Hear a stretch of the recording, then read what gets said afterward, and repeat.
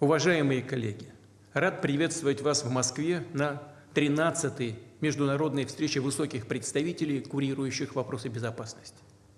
За прошедшие почти полтора десятилетия ваш форум убедительно подтвердил свой значимый статус и авторитет.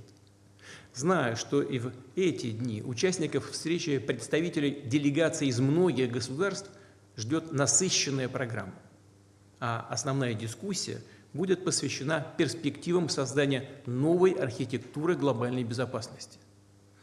Что касается России, то наши подходы остаются принципиальными и неизменными. Не раз говорил и повторю, мы убеждены, что новая архитектура безопасности должна быть равной и неделимой. То есть все государства должны получить твердые гарантии собственной безопасности, но не за счет безопасности и интересов других стран.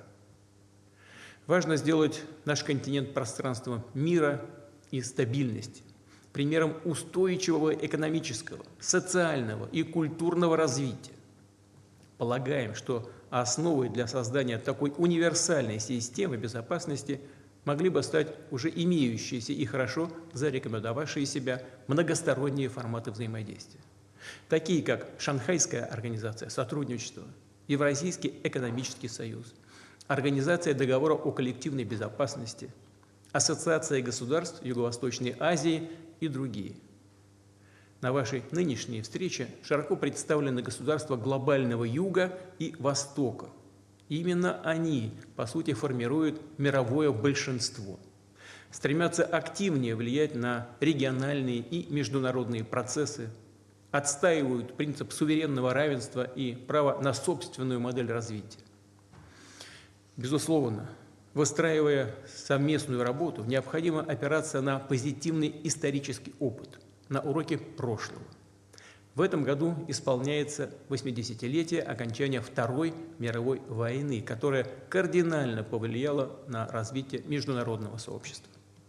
От опыта объединения государств в борьбе со злом, с нацизмом, с милитаризмом, понимание той колоссальной цены, которая была заплачена человечеством за мир и свободу, за право народов самим выбирать будущий путь развития, позволили заложить основы послевоенного миропорядка.